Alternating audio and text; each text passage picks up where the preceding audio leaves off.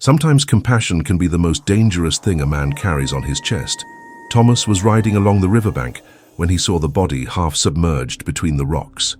The sun was already declining on the horizon, painting the waters red like spilled blood. The wind blew hot through the canyons, carrying the smell of dry land and thorny bushes. His mare neighed restlessly, sensing something he still couldn't identify. The man in the water did not move. Thomas got off his horse and approached slowly, his hand instinctively reaching for the handle of the revolver. The current had dragged the body against the rocks, and the blood that flowed from the wound in the head mixed with the muddy water. He was an Apache, young. Maybe he was 20 years old, no more than that. Thomas stood there for a long moment watching. The silence of the desert was heavy as molten lead. He knew the stories. He knew about the massacres on both sides, the broken families, the revenge that dragged on for generations like scars that never healed. Any sensible man would mount the horse and go on his way. He would let nature take care of what nature had started. But Thomas was not just any sensible man, it had never been.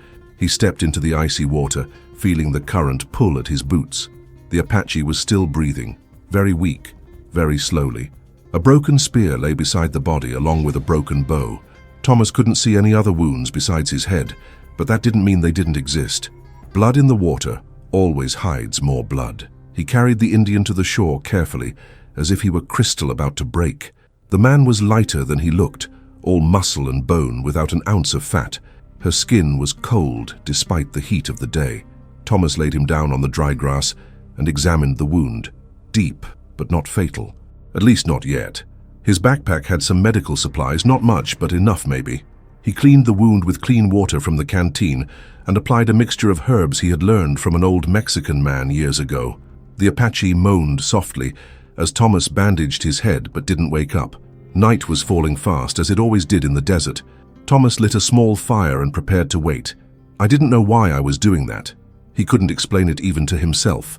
Perhaps it was because the young Apache reminded him of someone.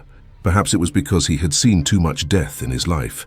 The Apache opened his eyes when the moon was already high, eyes as dark as night, filled with a pain that went beyond the wound in his head. Thomas sat on the other side of the campfire, drinking bitter coffee from a dented metal mug. The two men looked at each other in silence for a long time, each sizing up the other, each expecting some movement that never came. Thomas pointed to the water, and then to his own head, making a simple gesture that any man would understand. The Apache nodded slightly. Then he pointed to Thomas's chest, and then to himself, a mute question in his eyes. Why did he save me?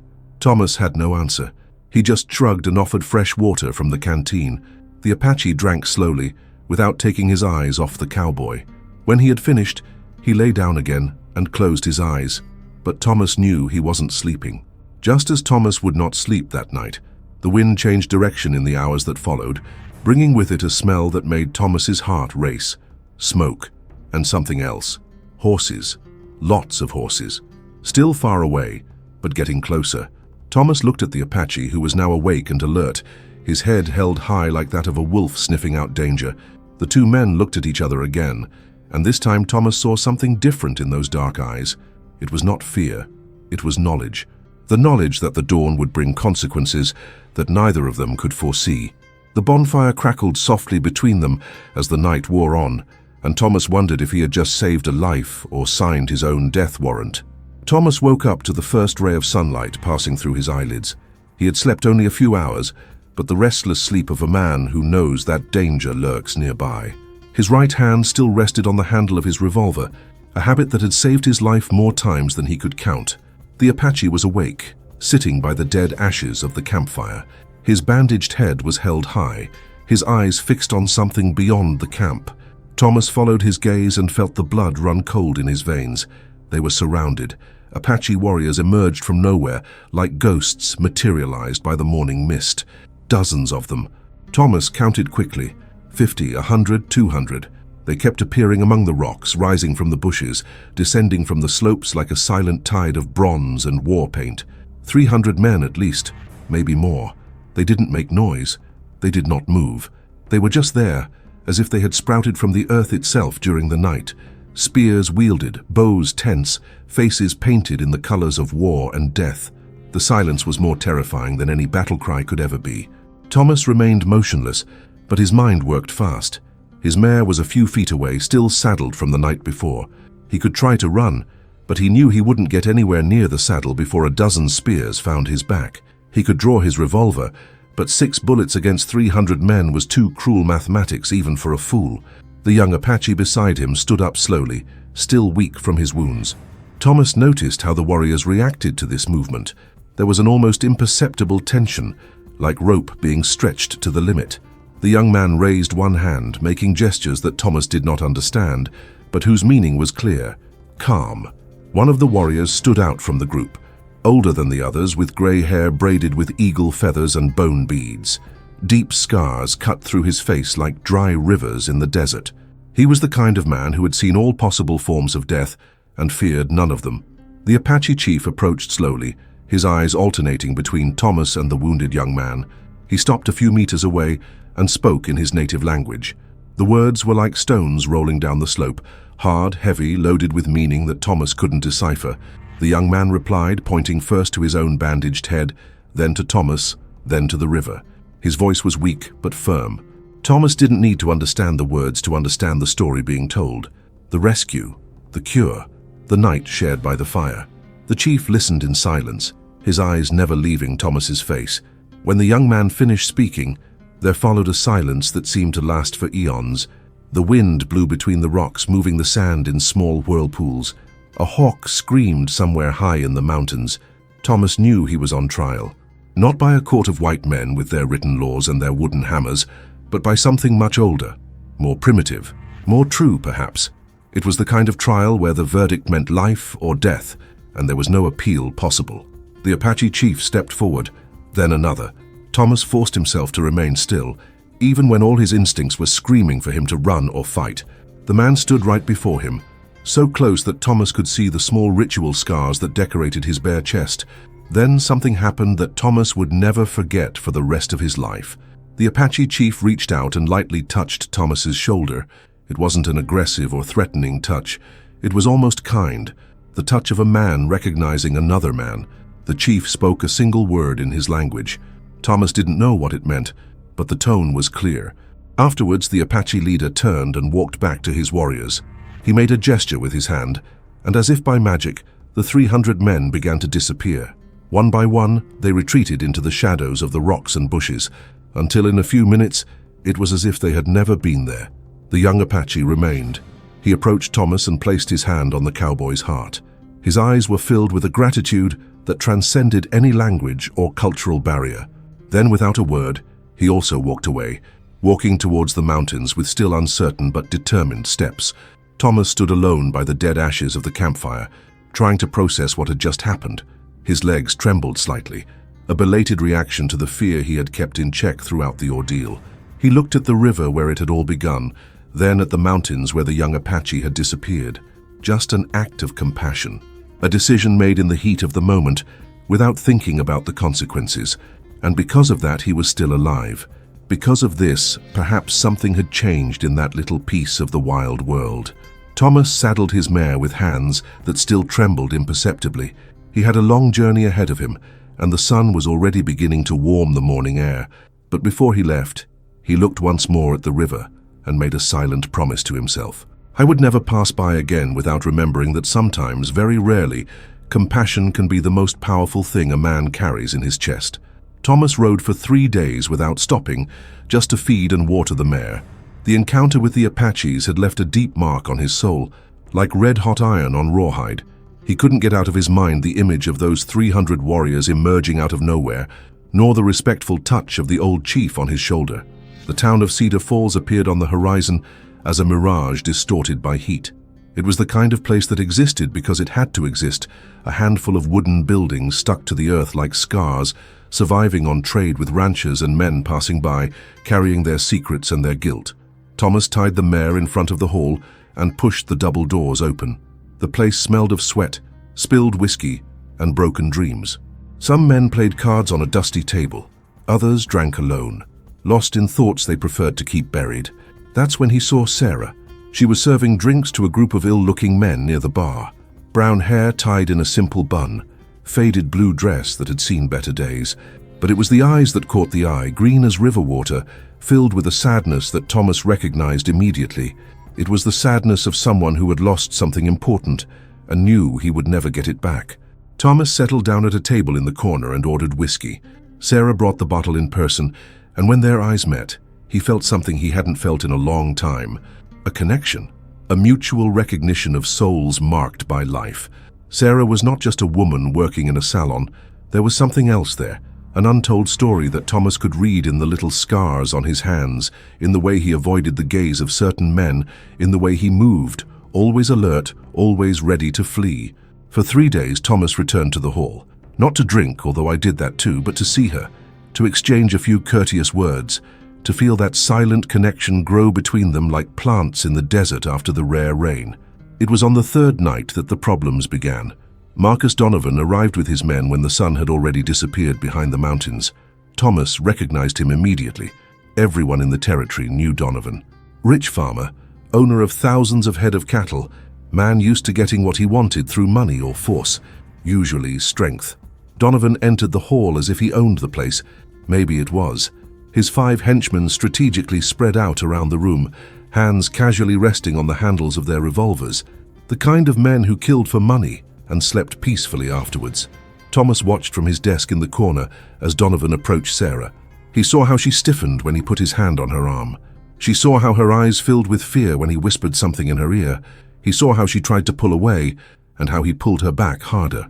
Other men in the hall lowered their eyes to their drinks. Nobody wanted trouble with Marcus Donovan. No one was willing to get into a fight that wasn't theirs. Thomas understood perfectly. He himself had been this kind of man for most of his life. But something had changed about him in that river 3 days ago. Something had changed when he saw 300 Apache warriors respect an act of compassion. Something had changed when he felt the old boss's touch of recognition on his shoulder. Thomas got up slowly and walked to the bar. His footsteps echoed on the wooden floor like drum beats. The hall became quieter with each step he took. Sarah looked at him with eyes that begged, but Thomas didn't know if she was begging him to help her or not to get involved. Donovan also noticed the approach. He was the kind of man who always knew when someone was moving toward him. He turned slowly, his right hand resting on the handle of the mother-of-pearl handled revolver he wore around his waist. Thomas stopped a few feet away. The air between the two men was charged with a tension that everyone in the room could feel. It was the kind of moment when the fate of several people is decided in a matter of seconds. Donovan smiled, but there was no humor in that smile. It was the smile of a predator that had just found new prey. Thomas looked at Sarah once more. He saw in those green eyes the same thing he had seen in the eyes of the young Apache wounded in the river, a silent cry for help, a mute plea from someone who no longer had the strength to fight alone. And Thomas knew with the certainty that comes from the bottom of his soul that he could not turn his back this time. He could not mount his mare and ride away, leaving nature to take care of what nature had begun. Some men are born to be cowards. Others are born to be heroes. Most are born to stay somewhere in between, waiting for life to decide for them. But sometimes, very rarely, an ordinary man finds within himself something that he did not even know existed. And at that moment, Thomas found it. The first shot tore through the air before Thomas could even speak a word. It wasn't his, it was from one of Donovan's henchmen, a nervous, small-eyed man who misinterpreted Thomas's movement toward the revolver. The bullet grazed his left ear and buried itself in the wooden wall behind him. The hall erupted in chaos. Thomas rolled behind the counter as more gunshots echoed through the room. Glasses and bottles shattered around him, raining glass on his head. Sarah had crouched behind an overturned table, her eyes wide with terror. The other customers ran to the door or hid where they could. Donovan shouted orders to his men, but his words were lost in the deafening noise of the gunfire. Thomas drew his revolver and peered over the counter. He saw one of the henchmen positioning himself to have a better angle and fired first. The man fell backwards, knocking over a table full of cards and chips, 1 against 5. They were not good chances, but Thomas had already faced worse. What worried him was not the chances, but Sarah. She was caught in the middle of the firefight, and a stray bullet didn't choose its targets. Thomas moved around the side of the room, using the tables and chairs as protection. He managed to get to Sarah and pulled her to a more protected corner, their bodies squeezing against the wooden wall as the shots kept flying over their heads. In her green eyes, Thomas saw something he didn't expect. It wasn't just fear, it was determination. Sarah pulled a small derringer from her boot and held it with hands that trembled only slightly. She was not just a helpless victim, she was a survivor. Two of Donovan's henchmen advanced on the right, attempting to outflank Thomas's position. He waited until they were too close to miss and fired twice in quick succession. The men fell almost simultaneously, their bodies twitching briefly before they became motionless. Donovan and the two remaining henchmen retreated toward the door, realizing that the numerical advantage was rapidly decreasing. But Donovan wasn't the kind of man who gave up easily. He was the type who would rather destroy something than not be able to possess it. Thomas saw the change in the farmer's expression. He saw the exact moment when Donovan decided that if he couldn't have Sarah, no one else could. The barrel of the mother-of-pearl-handled revolver turned toward her, and Thomas knew he had only a split second to react. He threw himself in front of Sarah. At the same instant, Donovan pulled the trigger. The bullet hit him in the left shoulder, piercing muscle and bone with a pain that exploded through his entire body like liquid fire. But Thomas did not fall. It couldn't fall. With his right arm still working, he took careful aim and fired.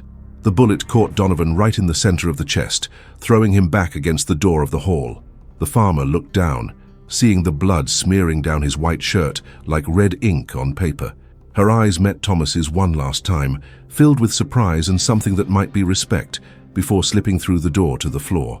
The two remaining henchmen dropped their weapons and raised their hands. The fight had come out of them the moment they saw their boss die. They were men paid to fight, not to die for a lost cause. The silence that followed was deafening after so much noise. Thomas staggered, the adrenaline starting to subside, and the pain from the wound becoming more intense. Sarah held him by the good arm, her eyes full of concern and gratitude. The sheriff arrived 15 minutes later, along with half of the town that had heard the shots. He was a tired old man who had known Donovan for years and knew exactly what kind of man he was. He heard the story from Thomas, Sarah, and the witnesses who had remained in the hall. There were no seizures. There were no charges. It was self-defense, pure and simple.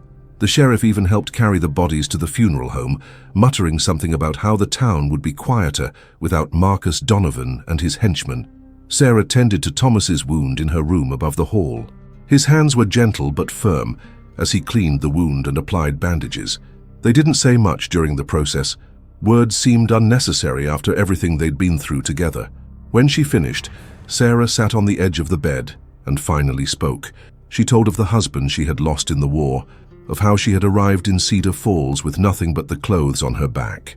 She told of how Donovan had begun harassing her from day one, promising protection in exchange for favors she was never willing to give. She told about the constant fear, about the sleepless nights, about the feeling of being trapped in a cage with no way out. Thomas listened in silence, recognizing in her story echoes of his own journey. They all carried wounds. They all had scars that could not be seen with the naked eye. The difference was in how they chose to deal with them. When Sarah finished speaking, Thomas told him about the Apache in the river, about the 300 warriors who could have killed him but chose to spare him, about how that moment had changed something fundamental in his perspective on courage, compassion, and the choices a man makes when no one is looking. Outside, the town of Cedar Falls was beginning to fall asleep, but in the small room above the hall, two wounded souls had found something they thought they had lost forever, the possibility of starting over. 6 months later, Thomas rode again along the bank of the same river where it had all begun. But this time, he was not alone. Sarah rode next to him on a chestnut mare he had bought for her in Cedar Falls before they left town for good. His left shoulder still hurt on rainy days, a permanent reminder of that night in the hall.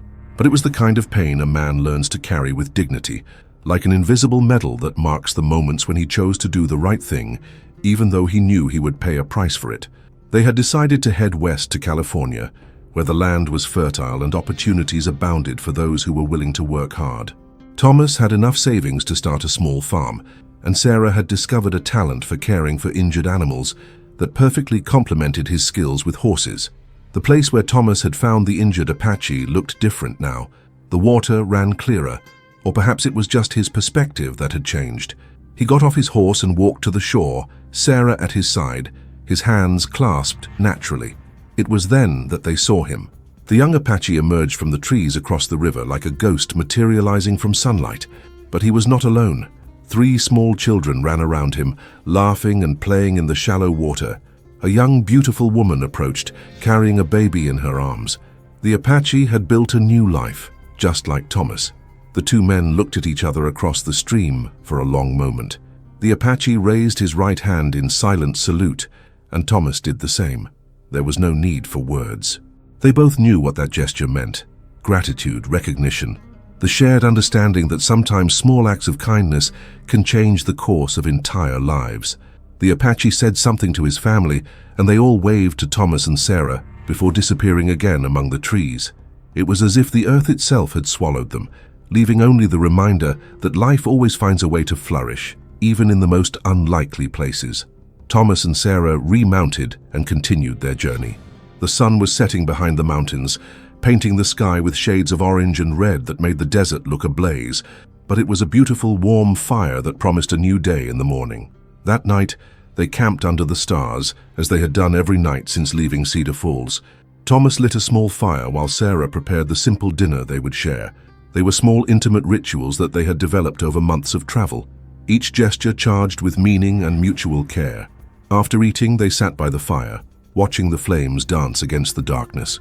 Sarah leaned against Thomas's good shoulder, and he wrapped his arm around her, pulling her closer. The silence between them was comfortable, full of understanding and unspoken promises.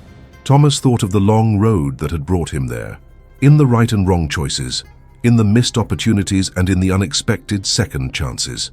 He thought of the Apache on the river, of the 300 warriors who could have killed him, of Marcus Donovan and his henchmen. He thought about how every decision, every moment of courage or cowardice had contributed to shaping him into the man he was now.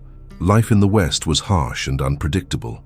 The coming days, months, and years would bring new challenges, new tests of character, new opportunities to choose between ease and what was right. But Thomas was no longer afraid of these choices. He had learned that true courage was not the absence of fear, but the decision to act in spite of it. Sarah fell asleep leaning against him, breathing softly against his chest.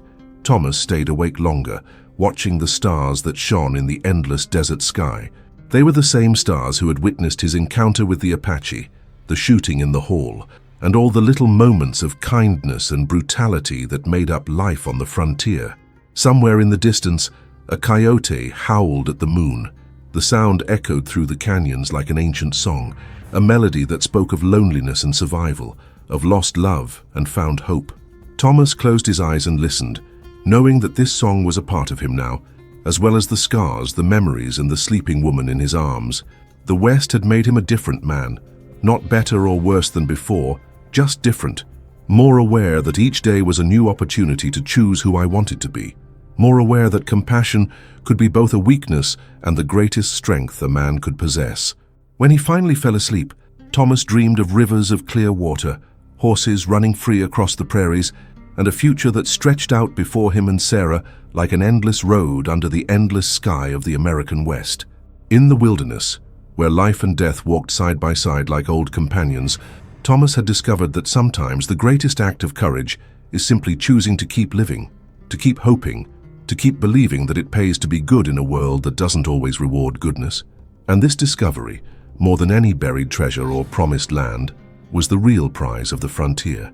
If this story of courage and survival has touched your heart, you can't miss our upcoming adventures in the American Wild West. Subscribe to the channel and activate the bell to receive all our epic narratives about men and women who have found within themselves the strength to make a difference in a wild and unforgiving world. Leave your comment below telling what was the most emotional moment of this story for you. Was it when Thomas saved the wounded Apache, the silent encounter with the 300 warriors, or perhaps the courageous confrontation with Marcus Donovan?